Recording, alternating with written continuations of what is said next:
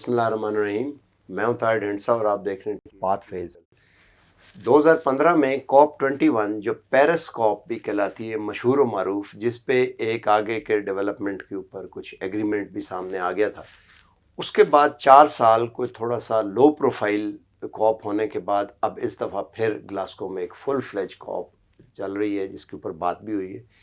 America के लिए जो प्रेसिडेंट डोनाल्ड ट्रंप के वक्त थोड़ा सा विड्रॉ गए थे, एक दफ़ा फिर ये अब एजेंडे पे बहुत अहम है। और उसका सबूत ये है कि उन्होंने अपने फॉरेन सेक्रेटरी को इन्वायरमेंट का मिनिस्टर लगाया, जॉन कैरी को।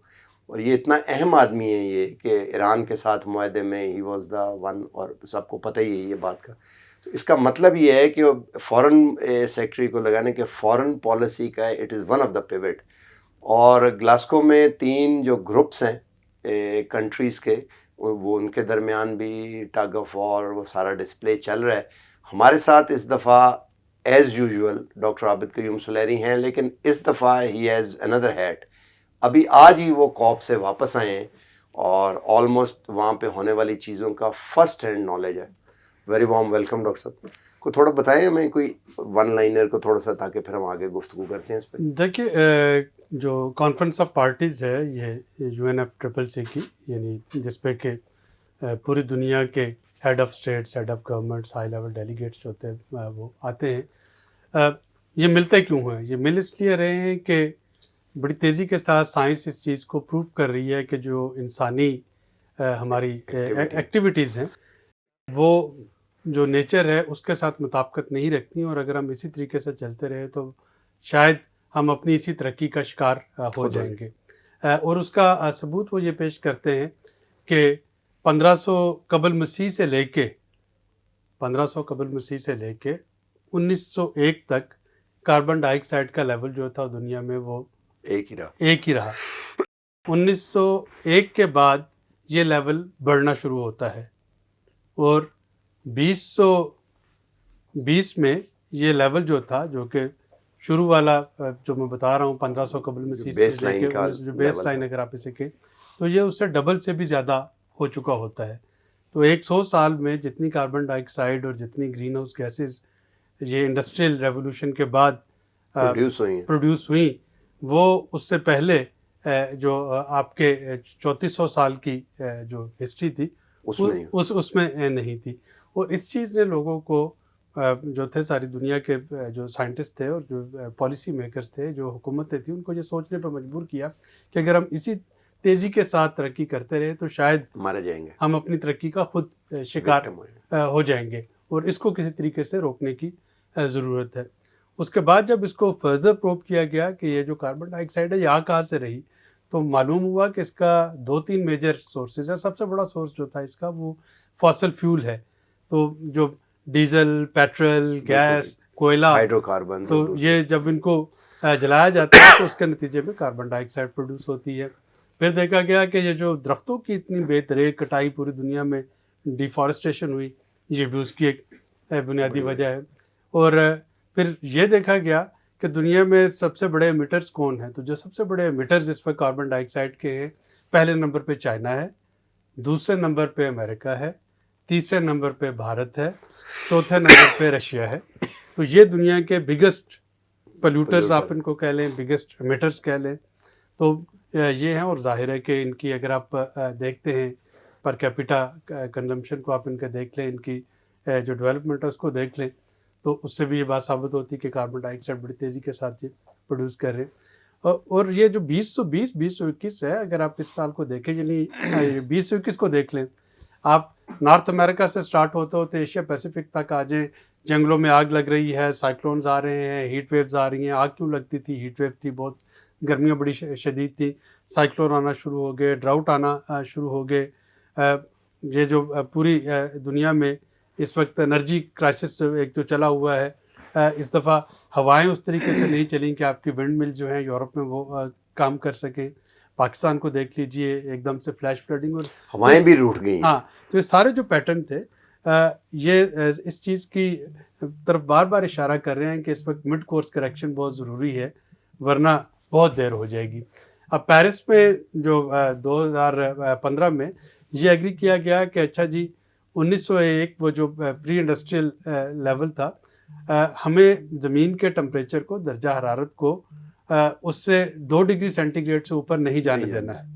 और ये टेम्परेचर बढ़ता क्यों है? ये जो कार्बन डाइऑक्साइड और बाकी ग्रीन हाउस गैसेज है, ये एक लेयर जो है बना लेती हैं और ट्रैप हो जाती है। और उसमें जो इंफ्रा रेड वेव्स हैं, जिनके ज़रिए ज़मीन अपना टेम्परेचर जो है वो मॉडरेट करती है, ये उसको रोकती है। इसी ट्रैप के अंदर चूँकि वो रहता है सारा जो इंफ्रारेड वेव, तो ज़मीन जो है उसका एवरेज टेम्परेचर जो है वो बढ़ना शुरू हो जाता है। ग्लोबल वार्मिंग शुरू। तो अगर हम देखें तो हर साल आप देखें, वो कहा जाता है कि जी इस दफ़ा जो फ़लाँ महीना था वो गर्म तरीन महीना था दुनिया का, ये वाला महीना ये भी गर्म तरीन। तो मौसम में शिद्दत पैदा होती जा रही है।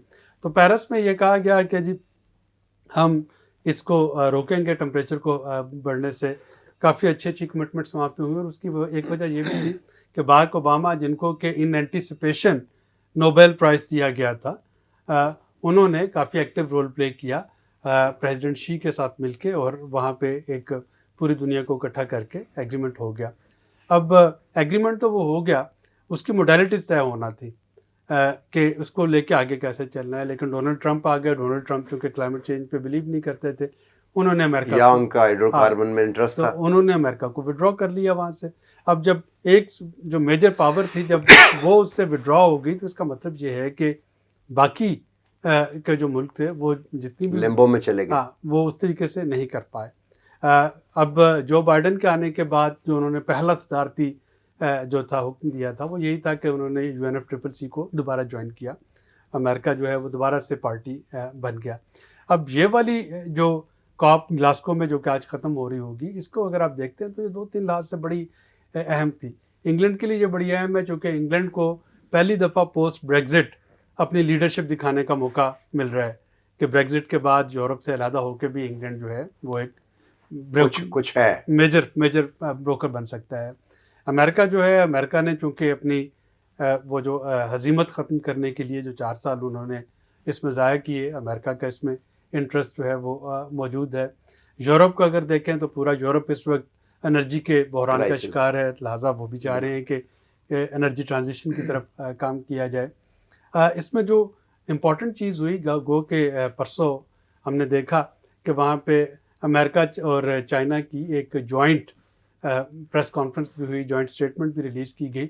लेकिन प्रेसिडेंट शी ने भी इस कॉन्फ्रेंस को अटेंड नहीं किया, और प्रेसिडेंट पुतिन ने भी इस कॉन्फ्रेंस को अटेंड नहीं किया। वहाँ मौजूद होते हुए वो थे ही नहीं। वो नहीं आए। बाकी हेड ऑफ गवर्नमेंट्स और हेड ऑफ स्टेट्स आए। उन्होंने, रशिया ने अपने डिप्टी प्रेसिडेंट को भेजा, चाइना जो है, चाइना ने अपने एक हाई लेवल सीनियर ऑफिशियल को भेजा। लेकिन जबकि पूरी दुनिया के सरबराहान मुमलिकत और जो वज़ीर आज़म थे वो वहाँ पे मौजूद थे, तो बड़ी क्लियर आपको नज़र आ रही थी एब्सेंस कि उसमें प्रेसिडेंट शी नहीं है और उसमें प्रेसिडेंट पुतिन जो है वो मौजूद नहीं है। जिसका मतलब ये है कि अभी भी वो जो एक पॉलिटिकल इकोनॉमी, जियो पॉलिटिकल इकोनॉमी है, वो शायद सिंक नहीं हुई। उस तरीके से जो जियो क्लाइमेट है उसके ऊपर वो भारी पड़ती रहेगी। अब अभी तक अगर हम देखें कि वहाँ पे हुआ क्या, आज उसका फाइनल आ रहा होगा, कल सुबह तक आ जाएगा उसका जो फाइनल डिक्लेरेशन है। लेकिन उम्मीदें बहुत ज़्यादा नहीं है, हाई नहीं है। लेकिन एक तरफ तो ये है कि उम्मीदें हाई नहीं, लेकिन ये ग्लास आधा भरा हुआ है। इसमें सबसे बड़ी जो मेरे लिए पॉजिटिव पॉइंट ये है कि पूरे पेरिस एग्रीमेंट में फॉसिल फ्यूल का लफ्ज़ मौजूद नहीं था। अच्छा, नहीं था। जाहिर है कि आपके ओपेक लॉबीज़, आपके जो बाकी ऑयल प्रोड्यूसिंग कंट्रीज़ थे, रशिया है, अमेरिका है, उनका इतना स्ट्रॉन्ग इंटरेस्ट है कि उन्होंने ये फॉसिल फ्यूल का लफ्ज़ जो है वो, अगर आप पेरिस एग्रीमेंट को जाके फाइंड वर्ड्स ढूंढना शुरू करें, आपको नहीं मिलेगा। इस दफ़ा मेजर डिस्कशन ही फॉसिल फ्यूल पे है। वन हैज़ टू सी कि वो फॉसिल फ्यूल की फेजिंग आउट जो है वो फाइनल डिक्लेरेशन का हिस्सा बनती है या नहीं, क्योंकि ज़ाहिर है कि ऑयल प्रोड्यूसिंग कंट्रीज़ अभी भी उसको मुज़ाहमत कर रहे हैं, इंक्लूडिंग ओपेक कंट्रीज़। अच्छा, फॉसिल से हम तो हाइड्रोकार्बन सपोज कर लेते हैं, लेकिन हमारी तो कोयले पे भी बड़ी साइवल वाले प्लांट, जो बिजली है वो कोयले पे है, तो हमारा क्या बनेगा? देखिए, पाकिस्तान ने तो ऑलरेडी कहा है ना कि इससे ज़्यादा वो कोयले के प्लांट जो है वो नहीं लगाएंगे। वज़ीर आज़म ने बड़ा क्लियरली कहा कि जी 2030 तक हमारा एनर्जी मिक्स जो है 60% वो रिन्यूएबल से होगा। वो इसलिए क्वाइट पॉसिबल, ये बहुत ज़्यादा एम्बिशियस स्टेटमेंट नहीं है, क्योंकि हमारा ऑलरेडी को 25-30% गर्मियों में हाइडल से आता है। अगर एक और डैम आपका बन जाता है और अगर थोड़ा सा सोलर और विंड आना शुरू हो जाता है तो इट्स क्वाइट पॉसिबल 60 ना भी हो 50% तक आ जाएगा। तो वो एक तरफ तो वो चीज़ है।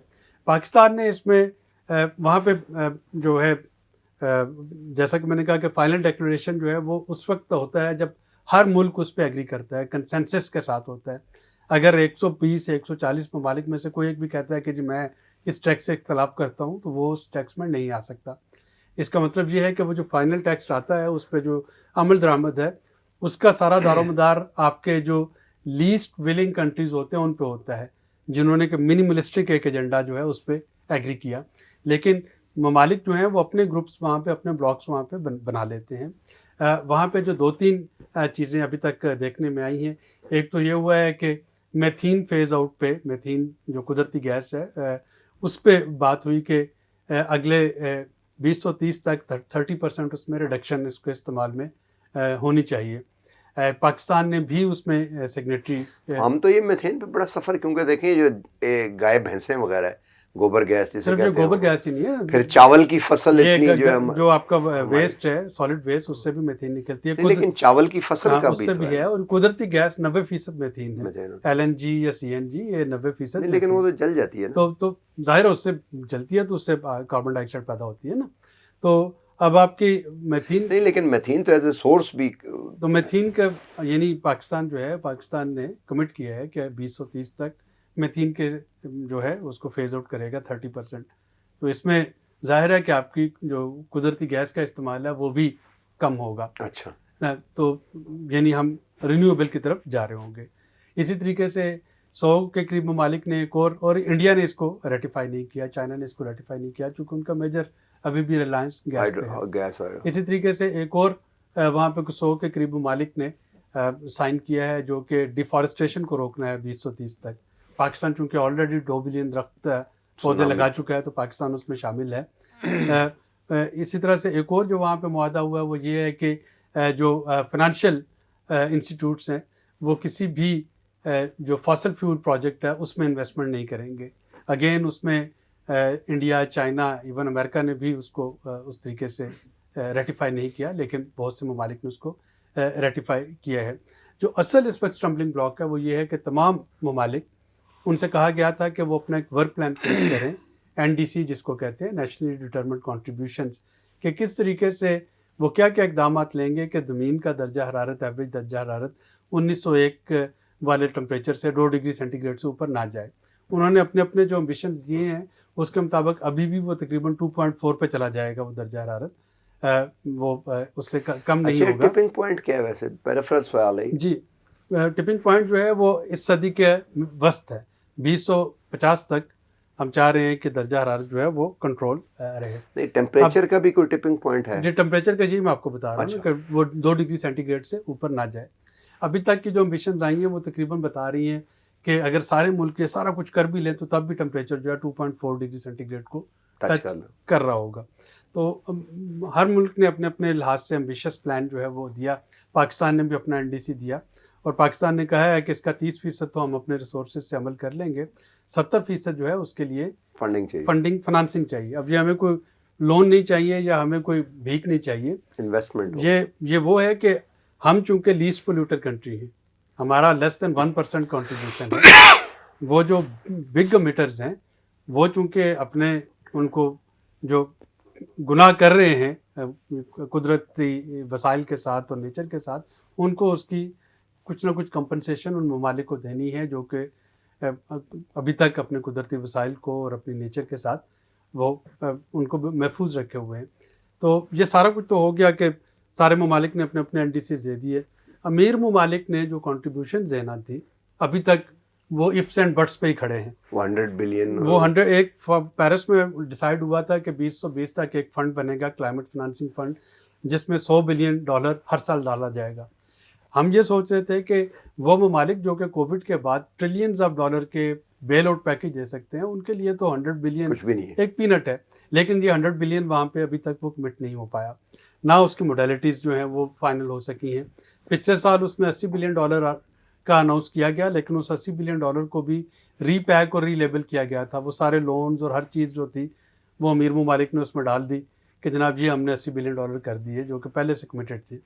तो अब यहाँ पे ये सोचा जा रहा था ग्लासगो में कि इस फंड के बारे में एक कंक्रीट कोई चीज़ आ जाएगी, लेकिन अभी तक प्रोमिसेस बहुत बड़े-बड़े हैं, लेकिन उसकी मोडेलिटीज़ क्या हैं, उन पे बात नहीं हुई कि कौन-कौन से इक़दामात हैं जो कि इस फंड से मुस्तफ़ीद हो सकेंगे, उसकी शराइत क्या होंगी, ये जो एनडीसीज़ दिए गए हैं, इसको वेरीफाई कैसे किया जाएगा, इसके ऊपर प्रोग्रेस रिपोर्ट कैसे इवन की जाएगी, इम्प्लीमेंट कैसे किया जाएगा, इसको इम्प्लीमेंट कैसे किया, तो सारी चीज़ें जो थी ये पेरिस रूल बुक बनना थी, जो कि अब ग्लासगो में भी उस तरीके से नहीं बन सकी। बट हैविंग सेड इट, ये कॉन्फ्रेंस का हो जाना बजाते खुद एक बहुत बड़ी बात है कि दुनिया जो है वो डिनाई नहीं कर रही।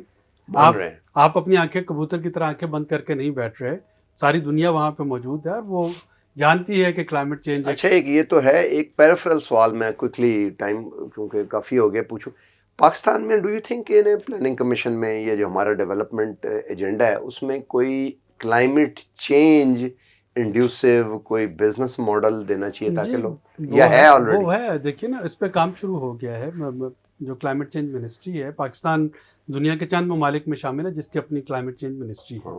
अगर आप देखें green bond for example Pakistan ने सेल किए, जो डेट फॉर नेचर स्वैप है पाकिस्तान उस पर काम कर रहा है, पाकिस्तान ग्रीन स्कूप बॉन्ड्स पे काम कर रहा है, ग्रीन रिकवरी पे काम कर रहा है।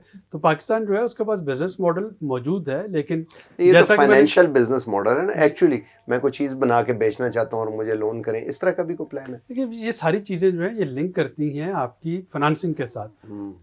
पाकिस्तान जैसे ममालिक जो है यहाँ पे यानी सारा साल धूप पड़ती रहती है, अब अगर कहा जाए कि जी सोलर क्यों नहीं यहाँ पे कामयाब होता, तो सोलर इसलिए कामयाब नहीं हो रहा कि वो जो क्लाइमेट फाइनेंसिंग में पैसे आने हैं, लॉस एंड डैमेज जो ममालिक में हुआ है या जो होगा उसके जो पैसे मिले हैं, एक आखिरी चीज़, अगर वो नहीं मिलेंगे तो पाकिस्तान जैसे ममालिक आगे लिंगर ऑन करते रहेंगे। अच्छा, एक आखिरी चीज़ में ये कार्बन फाइनेंसिंग पे भी कोई बात हुई? कार्बन कार्बन मार्केट्स जो है उस पर वो एक और कंट्रोवर्शियल इशू है कि कौन कौन से स्टेप ऐसे होंगे जो कि कार्बन मार्केट से मुस्तफ़ीद हो सकते हैं, यानी दरख्त लगाना, कौन से मुल्क हैं जो कि वो क्या काम करें कि वो दूसरे मुल्क के साथ कार्बन क्रेडिट जो है वो ख़रीद सकें। तो अगेन ये सारी चीज़ें जो थी ये इन प्रिंसिपल तय हो गई थी पेरिस में, इसकी मोडेलिटीज़ तय होनी थी। मैं पाकिस्तानी नाज़रीन को इसकी मिसाल ऐसी देता हूँ कि पार्लियामेंट में एक लॉ पास हो जाता है, फिर एक लेजिस्लेशन हो जाती है, फिर उसके रूल्स बनते हैं कि वो इम्प्लीमेंट कैसे होगा। तो पेरिस में वो कानून तो बन गया, अब उसके रूल्स बनने हैं, लेकिन वो रूल जो हैं वो अभी तक नहीं बने। उसमें से कुछ पे प्रोग्रेस हो गई है, कुछ जो हैं उन पे अभी भी बात होगी। टाइम बहुत थोड़ा है, टाइम इसलिए थोड़ा है कि अगर हम चाहते हैं कि हमारे आने वाली नस्लें जो हैं उनके लिए कुराए अर्ज़ एक लिवेबल प्लैनेट रहे, तो हमें आज उस पर काम करना होगा। ये ना हो कि कल को वो हमें कोस रहे हों कि हमारी जो पिछली बाप दादा थे वो हमारे लिए हमारी जिंदगी खा के मर गए। हाँ, लिवेबल प्लैनेट छोड़ के नहीं। बिल्कुल ठीक है, ये बड़ा इम्पॉर्टेंट है। मैं वो डॉक्टर आबिद से इनकरेज करूँगा कि he must write it down quickly 1-2 दिनों में आगे, क्योंकि बड़ी एक्सीलेंट समरी है कॉप की। अगर आप देखें, आप पूरी कॉप का आपको पता लगता है, लेकिन आप इमेजिन करें कि कितना इम्पॉर्टेंट इशू है ये कि हम घर के अंदर फर्नीचर पे और कुर्सियाँ वहाँ चली जाएँ, और ये कि इंटीरियर डेकोरेशन पे हम बड़े, जो मुल्क एक्सपोर्ट इंपोर्ट करते हैं वो यही होती है, लेकिन घर जो है उसकी बुनियादें बैठ रही हैं उसके बारे में हम कमिट नहीं कर रहे। 12 प्रोग्राम देखिएगा, आइंदा इस पर हम मज़ीद अगले 1-2 दिनों में रिज़ल्ट आते हैं तो एक प्रोग्राम इसके ऊपर फिर दोबारा रिपीट करेंगे, ताकि ये तो एक किस्म का बताया गया समरी के वहाँ के हम कुछ एनालिसिस और कुछ सिंथेसिस भी आपके सामने पेश करें। आज तक के लिए इतना ही, मिलते हैं अगले प्रोग्राम में। एक दफ़ा फिर रिक्वेस्ट करूँगा कि चैनल को लाइक और सब्सक्राइब कर दें और प्लीज़ अपने कमेंट्स भी दें। अल्लाह हाफ़िज़।